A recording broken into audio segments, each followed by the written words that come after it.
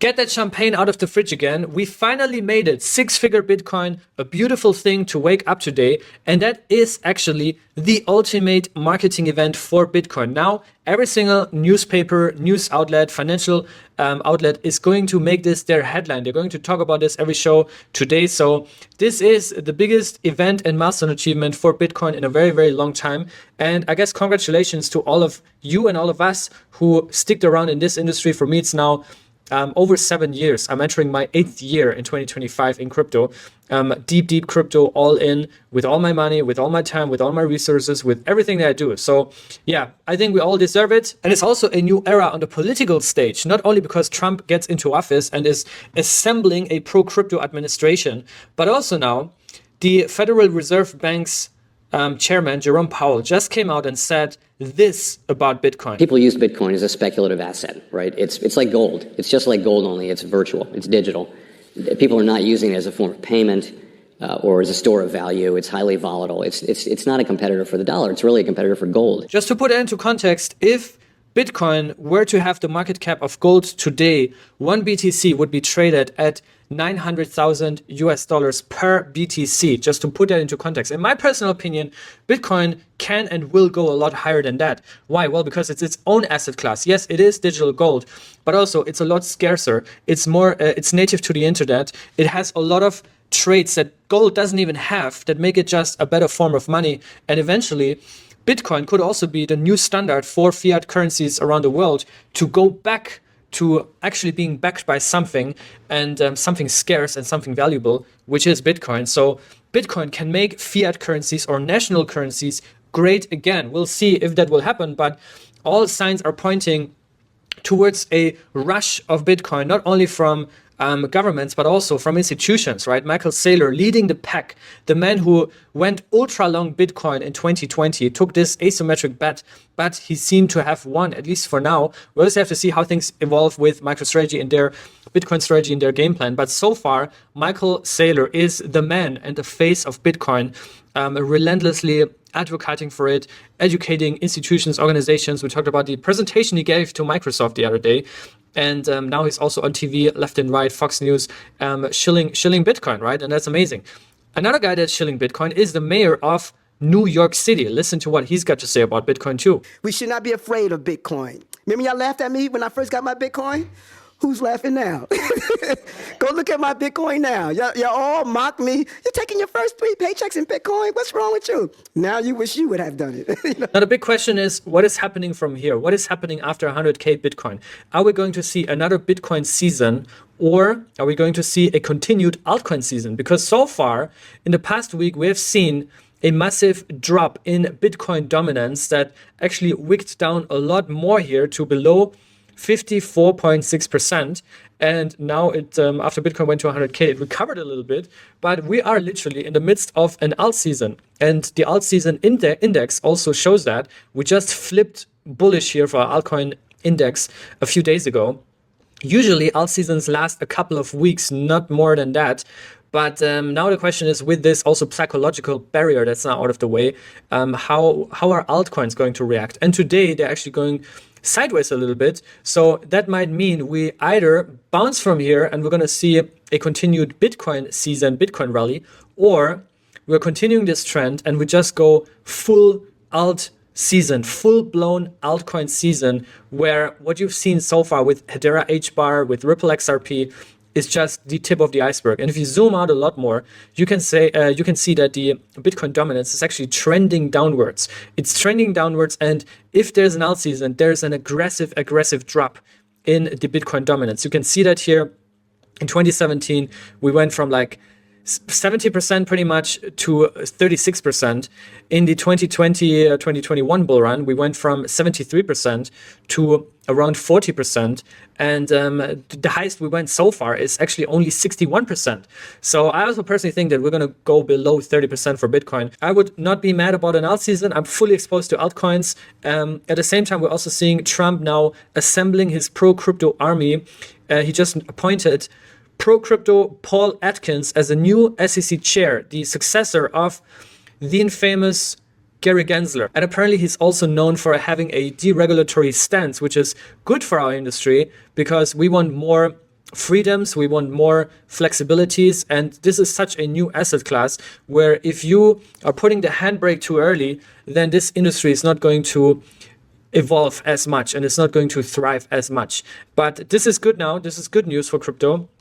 And it also reflects in prices, in altcoin prices. We talked a lot about the altcoin rally in recent weeks. This is a Cosmos specific YouTube channel here at Cryptocito and the Cito Zone. So here you'll find news about the Cosmos ecosystem. And the Cosmos ecosystem actually consists of well over 120 chains at this point, with many, many more multi-billion-dollar chains around the corner ready to launch, such as Berachain, Initia, Movement, Babylon, just to name a few, Nillion as well in the AI and privacy space. But those that are on the market right now are also doing relatively well. They're actually catching up a lot after Cosmos has been lagging behind the cycle. Solana took the lead. Now Solana's chilling a little bit. Now it's XRP, HBAR, Algorand's time, and Cosmos at the same time is also on the rise. And I am still more confident than ever that we're going to see another Cosmos season like we've seen it earlier this year, just on absolute steroids. And I think also we are in the process of seeing MAGA making Atom great again. We're also seeing Celestia up 1.5% today, on its way to regain the $10 mark. Mantra, $4. Airdrop coming very soon. Injective INJ, $33. Say, 68 cents. Dydx, 183. Akash, 430. And so on and so forth. Everything is recovering. And we've also been covering low cap gems like Agoric over the years. Agoric had a little bit of a run a few weeks ago, now chilling around the 10-cent mark. But I think this one is also ready for the next leg up. And there's actually two potential catalysts that could make Agoric great again. The first one being the fact that Inter Protocol, which is the native decentralized stable token built on the Agoric platform, on the Agoric chain, that now basically removed its fees to mint IST, nearly 0% cost to mint IST, which also now boosted the TVL. So this was at around $4 million forever. Now, within the past week or two, it just snapped to $6.6 million. And I personally still believe that we need more decentralized alternatives for stable tokens. We obviously now have Circle USDC being deployed on Noble, which is fantastic to see. And we have some very, very amazing numbers that I'm going to share in a few minutes. But we need a decentralized alternative as well. And I think IST is still well positioned to capture more market share. The UX needs to improve. There needs to be more incentives around it, more integrations, more intuitive UX and UI also directly embedded into DeFi.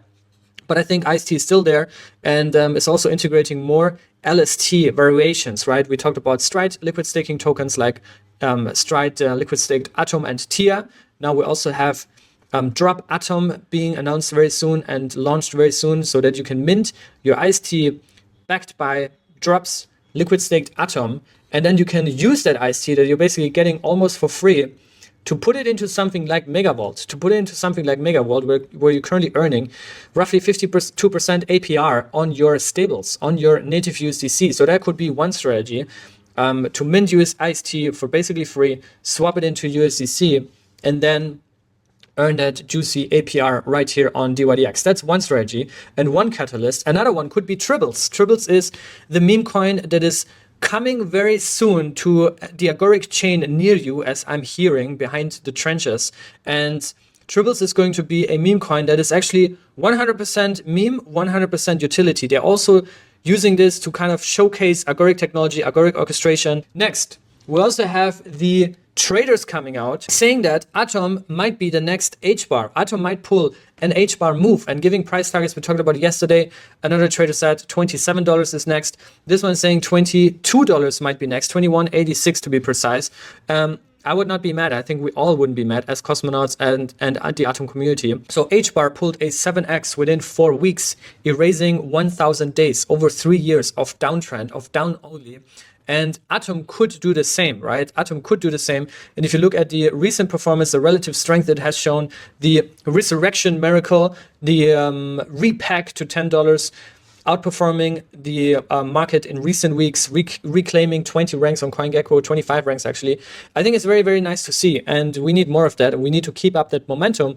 And there is a lot of things cooking behind the scenes, which we'll also be covering here in this channel within the next 2 weeks. That's all I can say for now, but I think it's going to make Atom great again. And crypto Twitter is not really catching up to the fact that Atom just went from actually $3.90 to over $10 in 30 days, which is a nice start. And obviously it's alt season, everything is going up, but I think it's a nice little start, slight outperforming of Atom here. Decent trade volume, also nearly $1 billion for a chain and coin that has no roadmap, no team, no coordination, no synergies, no partnerships, no ETF, no nothing. I think it's quite interesting. Now imagine if all that were there, what it would mean for Atom. And now imagine if Hydro were to become the liquidity layer for the interchain, the liquidity as a service for the interchain made on the Cosmos Hub for the Atom community, where you can also earn extra yield on your liquid staked Atom. This is exactly what round 1 on Hydro has proven. Round 1 on Hydro is coming to an end tomorrow. 8 projects have put live bids here on Hydro as I'm recording this video. Drop and Shade leading the pack here. Drop has incentives with their points. They don't even have a token live yet. Shade is incentivizing with their own SHD token. And apparently round 2 for Hydro is around the corner and will be released very, very shortly, which means the caps will be raised, which means you can get your atoms ready and put them into Hydro to earn extra yield and to participate there, and also to qualify yourself for airdrops, because there are Hydro specific airdrops. So if you deposit your atoms into Hydro, you're not only earning staking yields, earning Hydro yields, but also you're qualifying yourself for airdrops, which makes sense because the Atom community that is participating in Hydro is the most active Atom community there is, right? And airdrops are just getting more and more refined. They obviously also want to only incentivize and reward the most active users and not those that have set up the best farming strategies for airdrops, right? They want to avoid those people. So if your only goal with airdrops is to have 100 wallets and fulfill the minimum requirements, then you might catch some airdrops and make some money, but you also have to be an active user and genuinely be interested in those products and use those products, right? That's also why I'm talking so much about all these products here on this channel, right? I literally started a portfolio challenge with real money at the Pico top of the bull run last cycle. But that was also the time where a lot of these products went live. And we have literally been showcasing how to provide liquidity, how to use governance, how to use these products, how to use IBC, how to shield your assets or add privacy features on Secret, on Shade, use Stargaze, how to buy NFTs, right? Because this is eventually what projects want to incentivize, is real usage of those protocols, of those applications. Now, another thing that is very bullish for Cosmos and screams that Cosmos season is imminent is the inflows per chain and comparing it to others, right? And we're seeing Noble, which is the native asset issuance chain for the interchain for Cosmos, ranked 3rd. Actually, we have seen more inflows, higher net inflows of bridge capital into Cosmos than Solana in the past 30 days, which is very nice. And that's also thanks to the God's work that the Skip Protocol team and the Noble team led by Yelena have been doing. Very also adding that imagine when IBC Protocol v2, which is going to be compatible natively to Ethereum, and also Union, which is also an interoperability protocol, and Babylon, which is going to unleash the power of Bitcoin. Imagine when they all fully launch and when they, especially when Babylon raises their caps, which is going to happen next week, actually December 10th, so on Tuesday. And my prediction about Babylon is also that they will have a TVL of more than $10 billion by the end of next week. Let's see how that ages. Anyways, this is where you can look that statistics up here on DeFi Llama. Total flows, we see Noble ranked 3rd, $143 million, mostly native USDC, which is also demanded by Dydx mainly. So Dydx is the biggest customer of Noble's USDC. Also, Say Network has been ramping up a lot and is receiving and demanding a lot of native Noble USDC, which is good. So this is literally a flywheel of demanding native assets and generating yield and deploying them in DeFi, because users, they want to trade, they want to provide liquidity, they want to use perp dexes, they want to do all of that, right? And by the way, if you want to use Dydx, you can also use the referral link in the top video description. It's a VIP link, so you get big discounts, exclusive discounts on trading fees on Dydx, and yeah, this is where you can trade. Now, quick round of news, and then in the end, we have some exclusive C2 alpha as well about Picasso Network and Mantis, which is something that a lot of you have been asking about. But first, we have another major token burn that was just shared and conducted on Injective. Over 350,000 USD in INJ tokens were burned forever. And the way this works on Injective is that the higher the protocol revenue, the higher the token burn. So the more Injective gets used and the more it generates in revenue, the more deflationary impacts it will have on the INJ token. Then we also have deeper liquidity on Mantra. Now they launched a new USDY USDC pool that fixes the problem of high slippage, because now there is deeper liquidity on that pool, bootstrapped by Mantra, and that is going to provide a solution for Chakra pool participants for claiming their USDY. So and also keep in mind that you now need to always have in your wallet, because Mantra is now its own layer 1 blockchain, which means is also the native gas and staking, aka security token for the Mantra chain. Another stats I want to share is the Osmosis analytics page, where you can see on-chain activity for Osmosis, not only price and staking APR, but also trading volume, revenue, monthly active users, roughly 100,000. Hopefully we can cross that very, very soon as well. Protocol revenue, $13.5 million were generated on Osmosis. And you can also see this is now on the rise. Trading volume is rising again, which is good to see. And protocol revenue as well. So looking at all these stats, while Sunny and Dev are just casually included into the Forbes 30 under 30 list, is ultra bullish on Osmosis, right? They have been around forever. It's a battle-tested community, battle-tested product. They keep evolving, they keep improving, fully Bitcoin aligned now, a lot of things cooking, some of the smartest people working on it. So I think Osmo is going to wake up very soon and it's going to do really well this cycle, even though right now it's lagging behind big time, right? Only 70 cents. But I think this can go to $2.50 or $3.50 any moment, right? It can just snap like that in like literally 3 or 4 days.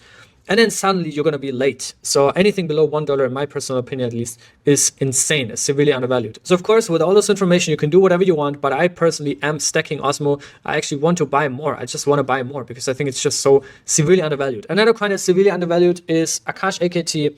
It did a nice rally. It had its nice run earlier this year, but I think now it's stuck around those $4. So it's just like a slingshot. It's just like recharging, and I think it will snap and go to $7, $8, $9, $10, $15 very, very soon as well. Obviously, if this alt season and bull run continues, but yeah, they're also now going to announce their roadmap very soon, or announce and basically share it with the community for feedback.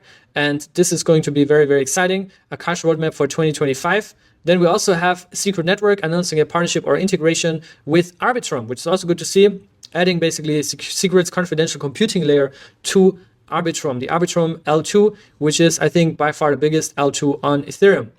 Finally, also, 2 airdrop-related news. Number 1, Celestine Sloth teasing that you can fill your EVM address below. I don't know if that's going to kind of automate our airdrops moving forward from here, but yeah, definitely do that. I haven't done it yet, but I will do that right after recording and editing this video. But yeah, come here, register your EVM address, link it to your Stargaze address, and then that should do it. And finally, Mantis. Some alpha around Mantis. This is going to be the intense and abstraction layer built by the Composable Foundation, which is also the team that has built Picasso network. They went through a lot, yes, but they're still here. And Mantis is about to launch. It's about to go live. They're also very much Solana aligned. Mantis is also going to have its own token, and the TGE, as I'm hearing, is very, very soon. So keep your eyes peeled for that as well. And Mantis could be a beta play on Picasso or vice versa, right? Because Pika has suffered a lot in the bear market and is literally right now at a $6 million fully diluted valuation. Like last year, that time around was also, yeah, slightly higher than that. But like in November, it was even lower than that. And then went on this insane 40x rally. So the question is, of course, can they do it again? Is Mantis going to be a catalyst for that? They just had this brutal down only phase ever since they reached the 2.4 cents all-time high in January of 2024. Down only, but this looks pretty much flattened out right now. So the question is this going to have another season, or is this over for Pika and is all eyes on Mantis? And we also did a full breakdown of Pika tokenomics, and we also broke down the vesting and unlocks, and those are also coming to an end in a few months. And my personal guess is also that, considering all the drama there was in the early days, that there's probably a lot of early larger token holders that have been aggressively selling to also keep the price low and just exit their positions. We're also seeing similar things, by the way, happening on coins like Sommelier, which is obviously not good for the price, but at one point they will run out of powder, and then we'll see if the price and the community are still there and the price can recover, and then it's showtime. But yeah, keep an eye out for Mantis. It could be very interesting. So that's all for today. I hope you enjoyed the video. I'll see you very soon. Until then, stay safe and be good.